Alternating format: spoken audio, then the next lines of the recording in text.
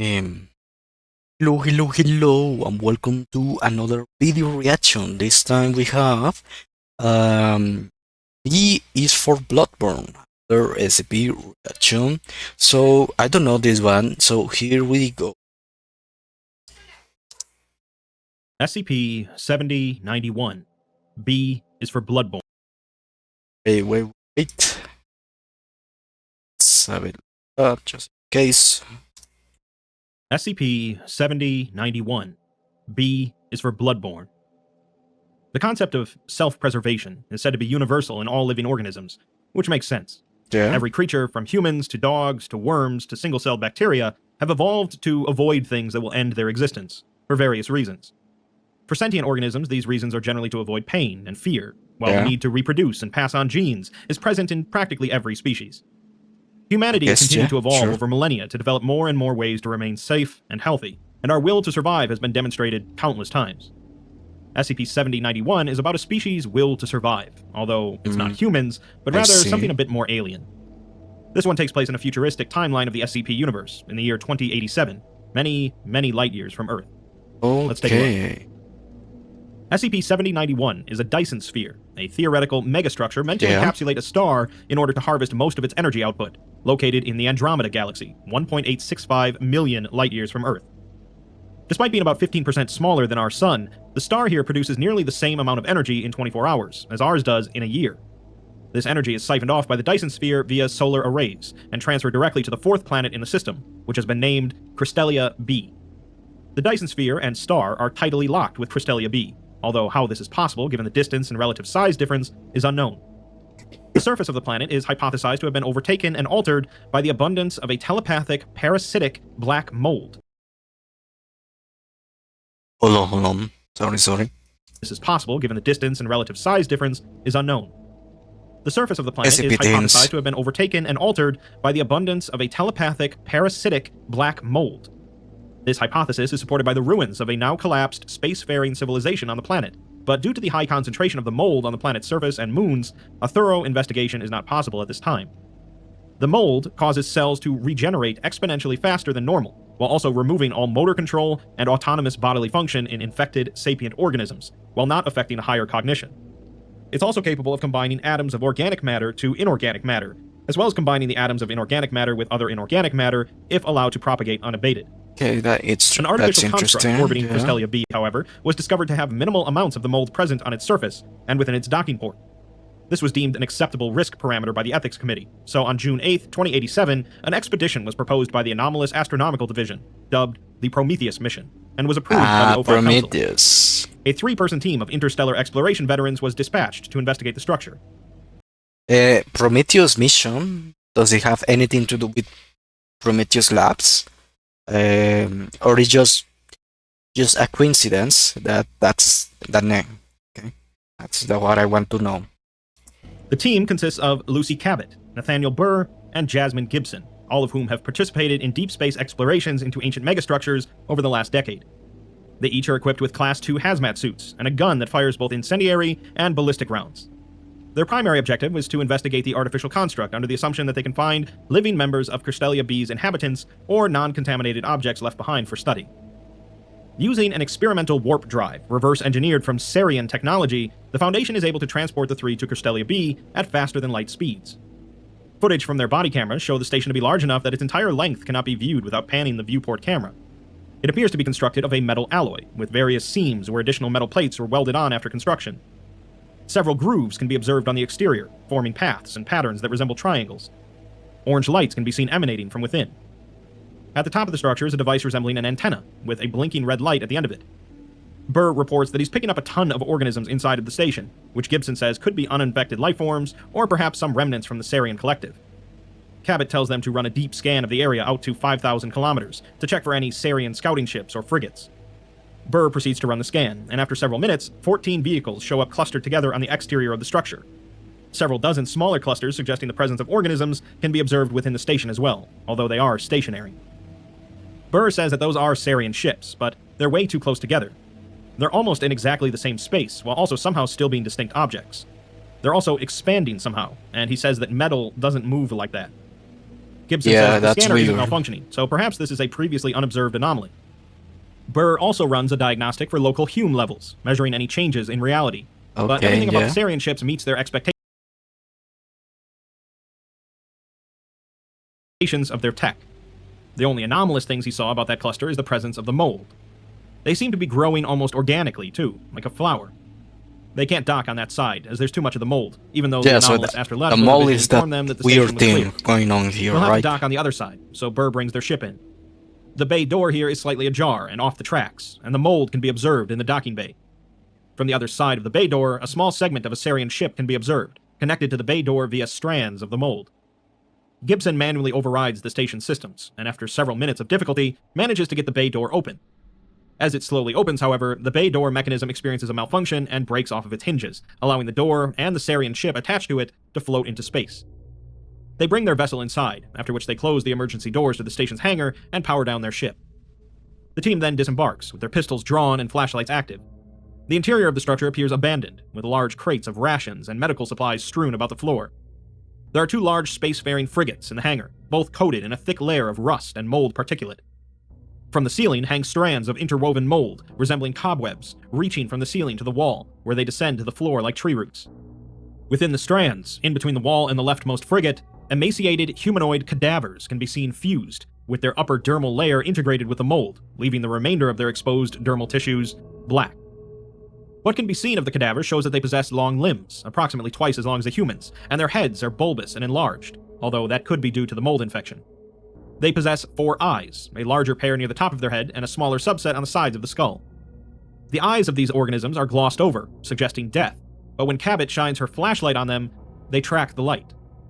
Gibson says they must Okay, so they appear dead, but they still track the line. Maybe it's somehow they'll like converge, like fuse with the mold.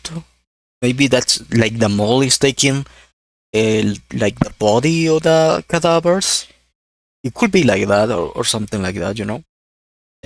Everything's weird on the SCP world, so everything could happen. Everything can be done, even the impossible. So, yeah. still have some neural activity going on, but beyond poking them with a stick, she can't tell if the infected are still alive or not. She proceeds to override a mechanism in the hangar, moving a pillar-like object along a track that was obstructed by the web. The strands snap, allowing for the humanoids to collapse onto the floor. Several of them groan, while others begin speaking in Krayak with obviously strained difficulty. Let me change. Let me see that The again. strands snap, allowing for the humanoids to collapse onto the floor. Several of them groan, while others begin speaking in Krayak with obviously strained difficulty. Gibson is a tad out of practice with old extrasolar dialects, but it seems like they're saying consume, expand, and grow.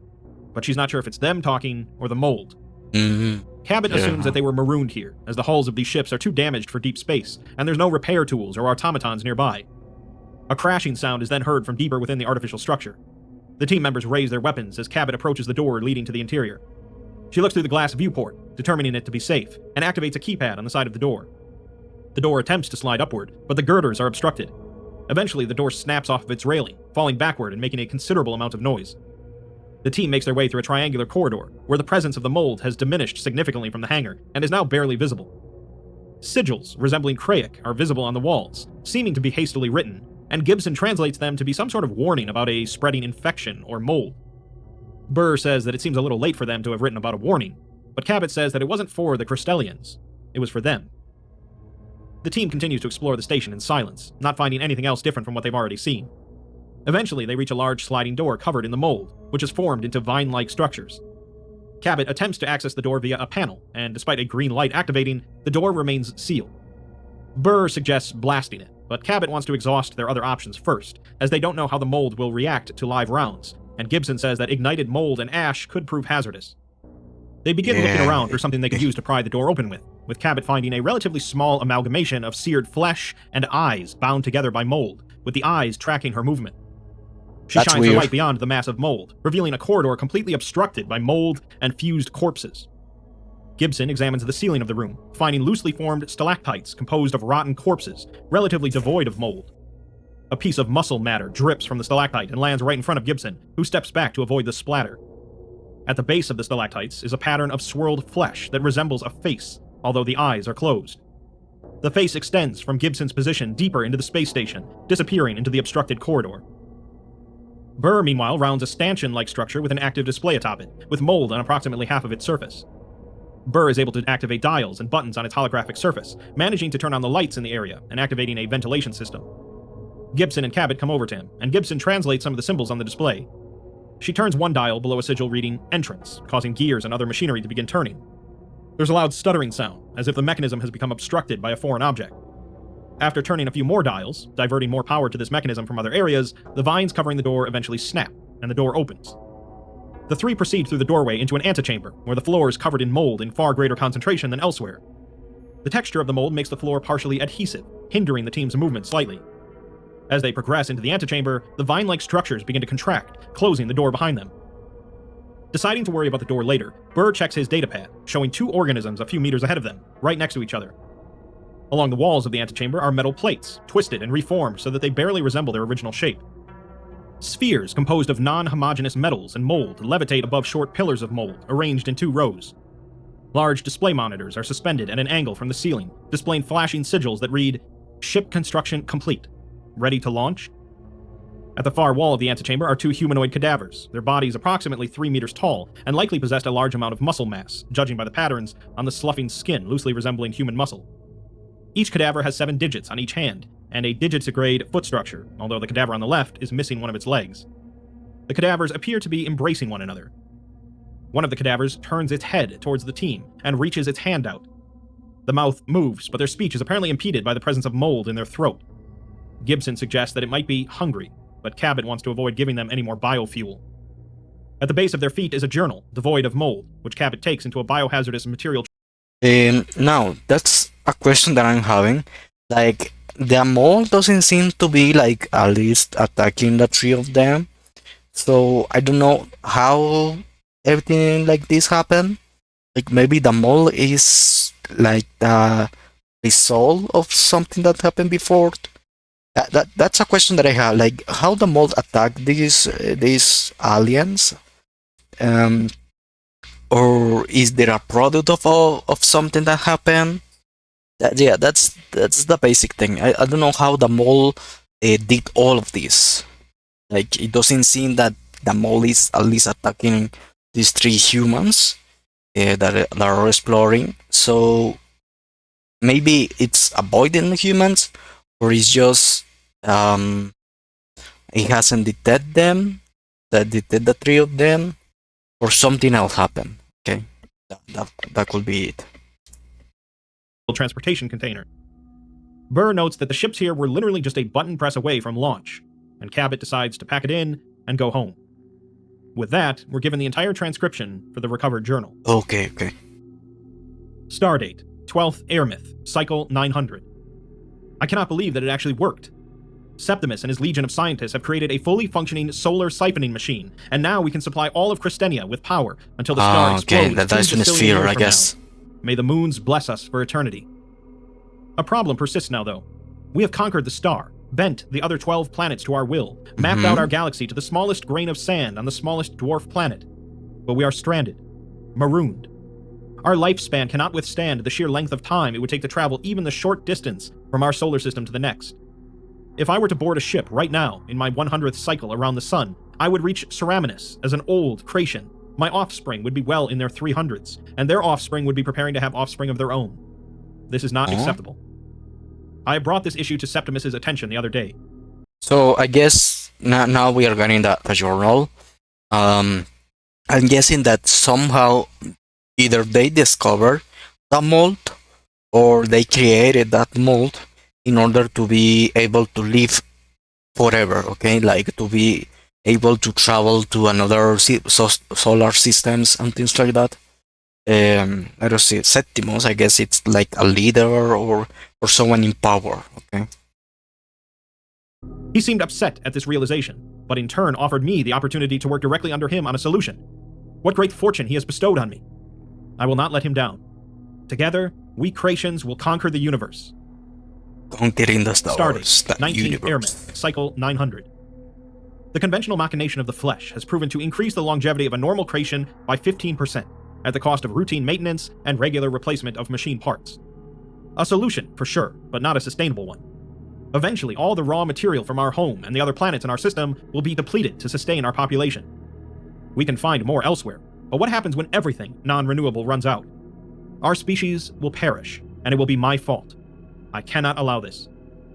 Septimus has assigned me a team of individuals I am unfamiliar with. Perhaps they were from one of the Outworld colonies, or maybe from a moon I didn't know about. They are willing to work and do as they're told, so I suppose their origins don't really matter all that much, do they? One of them, a strange, tiny creature partially composed of metamaterials named Alf, has suggested that we convert from standard mechanized components to biomechanical ones powered by the sun. I don't think it will bode well, but for the sake of the mission, I will test it. May the moons bless us, wayward explorers. Stardate, 45th Airmith, Cycle 900. We have been diverting power from the sun to the biomechanical creations as described in Alf's blueprints. So far, testing has been going well. Septimus is pleased, as am I. We may have this figured out. Septimus has begun constructing deep space exploratory ships on the space station orbiting Christenia. He has plans for 14 Okay, so for now it seems that like they are going to create a mold. Like maybe they discover something that will make them in the mold, but basically I think that's the end of the story of the end of the journal, that they are going to be converting themselves into a mold, and so they could live forever and things like that. And things like that. deep space exploratory ships on the space station orbiting Christenia. He has plans for 14 teams of colonists to each take one ship and explore a different section of our galaxy, and maybe even the ones outside of our heliosphere. Our star maps are already full and beautiful of the worlds we have conquered. Imagine what they will look like when we have a legion of immortal explorers to constantly update them. I can hardly contain my excitement. I do wish I could join Septimus aboard the space station, though. He says my place is here, on Christenia, in the lab, working on a solution to ensure the perpetual survival of our species. But I miss his presence. I hope he comes to visit soon. May the moons guide us to immortality. Stardate, 1st Haleth, Cycle 900. Yesterday we began the spaceflight trial for the solar-powered biomechanical creations. All was well, at first, until they left Christenia's atmosphere. The raw, unfiltered solar radiation overflowed their mechanical parts, heating them up until the internal reactor couldn't withstand the heat. Every single one of them went critical and exploded before they could kiss the stars. I am a fool to have thought the solution would be so simple. I mourn for the loss of my people, and I am ashamed to have disappointed Septimus. I cannot even blame Alf for this, as I am the one in charge of approving, testing, and researching means to our immortality. I am a failure. May the moons forgive us, ambitious squalors. Stardate, 3rd Haleth, Cycle 950. 50 cycles have passed, and we are no closer to a solution to mortality than when we started. I fear that hope may be lost. Alf has been a tremendous help to my plight, but they too are lost. 45 cycles ago, we began experimenting by modifying the genetic code of newly hatched creations, isolating the gene sequence that is responsible for our inevitable biodegradation, and removing it. The children appeared normal at first. They aged and developed quicker than one would expect, with their metamorphosis occurring during their 30th cycle, as opposed to their mid-70s. However, despite essentially removing death from their genomes, each child experienced rapid cellular degradation at 42. None from our trial made it to see their 45th cycle. I am heartbroken. Never in all my years did I think myself a child murderer. Septimus took a short reprieve from ship construction to deal with the parents himself. I never saw any of them again. Alf assures me that we are approaching a break. I guess now we see that, for example, well, he's progressing and things are not going very well. Yeah, like maybe they kill them. Septimus kill all the parents. Yeah, it's getting really like gray, the moral, the ethics here. But I mean, it's for the new progress, and in a lot of stories, to progress, to progress you need to make sacrifices, and those sacrifices tend to be actual deaths, people dying, animals dying, things dying, and then in the future a lot of people will praise all of that, because of that it's going to be the how you say it, the life is better because of all the suffering in the past. Yeah, more or less it's like that. Breakthrough. I hope they are right. I wish I didn't have to make these sacrifices, Yeah. but it has become clear that I can no longer avoid them. This is for the greater good. Stardate, 14th Airmith, Cycle 1075. That being said, I don't think um, immortality it's something that you should try to achieve. Like scientists, I mean, for the progress to see if you can do it, you can make someone immortal. That's quite a struggle, quite a journal, well, quite a journey. But it's actually something good for the progress, for all the research that you are going to do. But immortality as such, we know that that's not really a good thing if you don't have the means for someone or something that is immortal to die. Because at some point we need that thing to die, either because he is a threat to all other mortals, or either because people or living beings that are with a human mortality mind cannot experience infinity. Like we can imagine, but we cannot actually experience it because we probably gonna get crazy. It doesn't matter if they are aliens, not humans. I think that's that same principle that is going to apply. 5. I am 275 today. I felt a kink in my bones for the first time. I really am getting old. Alpha and I unleashed a modified strain of the xanthan virus on a small group of Creations about 100 cycles ago, the same one that killed the Sarian Collective all those years ago. The modifications were difficult to make, and a stable, albeit non-lethal strain of the xanthan virus proved even more taxing on us. But it was made, and now it is done. The older Creations succumbed to the expected symptoms: violent coughing, sloughing of the skin, loss of extremities. But the younger ones appeared to have an innate inoculation against our little virus. At first, they were unaffected, but as the cycles passed and they grew older, they did not show any signs of visible age or degradation. Their skin was as smooth as the day they completed metamorphosis. They were agile, alert, and quick to react. Unlike me, that is. This was it, the solution we've been looking for. I cannot wait to bring Septimus this news. May the moons bring us joy for eternity to come. Like the moons. Stardate, 30th Airmith, Cycle 1075. Septimus has completed 10 of his proposed fleet. I say his because, in truth, the ships are just repurposed Sarian transportation vessels he found abandoned on the dark side of Christenia. Still, who am I to discredit his work? Alf and I brought one of the infected Creations with us to show him. They had proven immune to solar radiation, and this one in particular seemed to actually favor space travel. Septimus was pleased with our work. I was pleased with our work. When we returned the infected to Christenia, however, it began to decompose almost immediately. It complained of headaches, body soreness, felt like its organs were being crushed under the gravity of our planet, all the symptoms of lethal depressurization sickness. I am confused. Why was this happening so long after we disembarked? It does not make any sense. For all intents and purposes, those infected with the modified xanthan virus were not able to leave Christenia or any planet and return without disastrous consequences. This is a massive setback, for certain, but one we can recover from. I am close to a breakthrough. May the moons provide guidance in our feeble pursuit. Stardate, 4th Haleth, Cycle 1214. Septimus grows old as the last of his ships nears completion. I too am getting on in my years.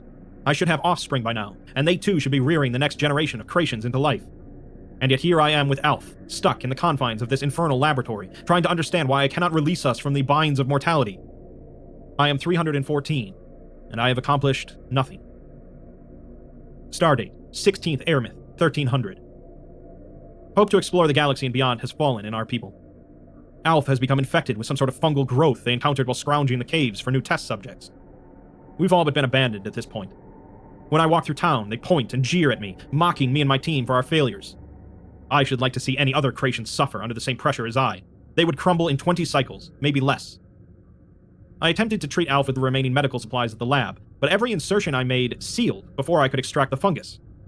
Remarkably, Alf claimed that they felt well enough despite the obvious change to their physical appearance. I hope they aren't suffering from delirium.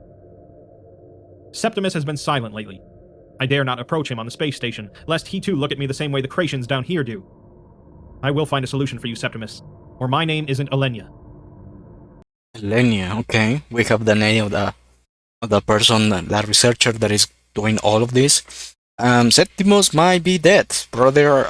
Maybe not. He's just doing all all things. I don't know. He's busy, but I think Septimus might be dead, bro. It will be a plot twist if Ilenia actually becomes like the immortal, the first mold. No, but hey, let's see. Stardate, 14th Haleth, 1389. Alf does not age. What I thought to be fungus in their internal structure was actually mold, black in color and alive. Oh. So, so Alf, the person that is helping them, it's actually he say immortal, or at least it does not age. Okay, that's two different things. It doesn't mean that he's immortal. Because there's two types of immortal, I guess. One immortal that you cannot die, and then immortal that you cannot die by, for example, your natural causes, that is time. Okay, but you can die for other things, you know. Thought to be fungus in their internal structure was actually mold, black in color and alive. I had looked into their internal structure with their consent and found that all of Alf's organs, including those critical to survival, have simply died. They were overtaken by the mold and were now operating under its instruction. The body is dead, and yet Alf remains, autonomous and of sound mind. Apart from a severe cough and the occasional expulsion of black liquid from their mouth, Alf is well. This is it. Tomorrow I will board a ship to the space station and bring Septimus the news myself. We are immortal at last. The mold does more than regenerate the body, as I have found out through observation. It adapts to the will of the host. Septimus and his construction crew have found renewed strength since their infection, and they're able to lift objects and metamaterials without machine assistance. So Septimus is not that, I collect guess. Raw materials swifter. Our physical champions can perform athletic feats significantly easier and with faster reaction time. And our scientists, including myself, everything's have shown becoming enhanced better. intelligence. Okay. This mold is truly a gift from the moons. I'm grateful to Alf for discovering it. The ships are nearly completed, and soon we will be able to explore with undying bodies. I find it harder and harder to think of anything else. Yeah, something Perhaps I am bad is excited. going to happen. Perhaps I know. I am obsessed. I know. Either way, I cannot wait to see what will become of our exploration. The galaxy awaits. 40th Airman, 1450. My mind wanders sometimes. My thoughts are my own on most days, but every so often I find that I am absent from my body. It is as if my body is acting on its own accord in these moments when I am not there, but I cannot confirm this on my own. Alf claims to have felt the same way. No one else that we've talked to has, though. Perhaps it is the stress of expansion, of growth of the Cretan race that is getting to us. Every time we try to conduct tests on ourselves, though, we find that the same circumstances occur.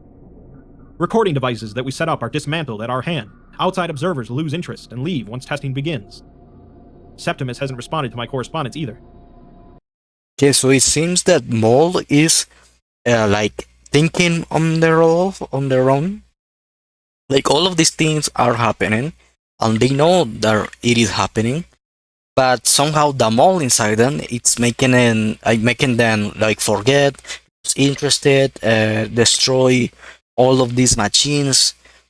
So I guess Mold is something that is alive and can think for themselves. Yeah, it's getting interesting, and we are at the end. Basically, 6 minutes more. I wish to see him, but I cannot seem to enter a ship. Something suspicious is happening. The voice. It was telling me to grow, to expand, to consume. It is a guttural thing, one that stems from a place I do not wish to know of. My mind fights for control harder and harder with each passing cycle. There are days when I cannot see my environment, and all I see is the mold. I can feel the fuzzy pricks of cilia behind my eyes and in my teeth and beneath my scales. I wanted to ask Alf if they had felt the same symptoms as I, but all that came out of my mouth was growth. They're getting the like transformed. Their eyes are pitch black and fuzzy. Their scales are made of cilia. Their bodies are made of mold. I can hear them talking to me, though their mouths do not move. They whisper into my ear about the darkness, about the hunger, about the spread. I do not want to go into that dark place. Mold spreads at alarming rates. It covers a quarter of the planet now. Septimus is building automatons to help pilot a ship into deep space. There are not enough of us to escape the mold. It will grow. It will spread. It will consume. There is no stopping it. We are immortal. We are one. My thoughts are hardly my own anymore. I can hear the thoughts of my people echoing in my mind more intensely now. It is overwhelming at times, but there are moments where their voices are quiet. It never stops, though. The voices, that is. They cry and blame me for their suffering in this collective consciousness. They want freedom. I cannot give them this. I am always hungry, spreading, infected on space station. My hands hurt. My mind hurts. Can't fight for control much longer. Septimus worries. I am fine. I am everything, everywhere, all at once. I am Christenia. I am the moon. I am myself. The hunger is excruciating. I ate a Creation, absorbed their molded body into mine. I felt full. I must eat again. The spread, growth. The universe is a morsel, and I am a predator. It awaits my consumption. I will eat the stars. I am in that dark place now. I can feel myself slipping deeper each day of each cycle that passes by. I can hardly form a thought outside of the hunger. I can hear a ship approaching. I do not recognize the design. Someone please save me. All is well. Yeah, I don't think that's going to happen, bro. So, I the don't normal, think that's horrific going assumption here would be that the happen. team unwittingly brings back some amount of the mold to Earth, where it rapidly spreads out of control and consumes Yeah. humanity. But I sort of doubt that would be the case. Mm-hmm. The Foundation, especially a spacefaring one in the year 2087, could certainly understand the threat of this mold and take proper precautions, especially as they were transmitted the contents of the journal before the team made it back to Earth. More likely is that the mold continues to spread across the galaxy, as there are clearly other spacefaring peoples out there, and eventually reaches Earth in some other way. The original ending for this article did indeed include Earth being consumed by the mold, but this more vague ending works a little better, suggesting a potential apocalypse rather than outright stating it. Ah, I see, It's hard to see. blame the Creations, as they were facing their own extinction and were looking for any way out of it. And perhaps they should have seen the threat of the mold as soon as Alf started vomiting black liquid, but that's how it goes, I guess. It's very likely that humanity will eventually reach their own point of desperation, but perhaps extinction is a more favorable path rather than becoming eternal vessels for a fungal hive mind. Yeah, like we have the story of basically a species that was basically that they wanted more, to be honest. Like they had already all of their own solar system, they had the energy, but they wanted to explore more and more and more. I guess they wanted to explore before the sun that started they have like die.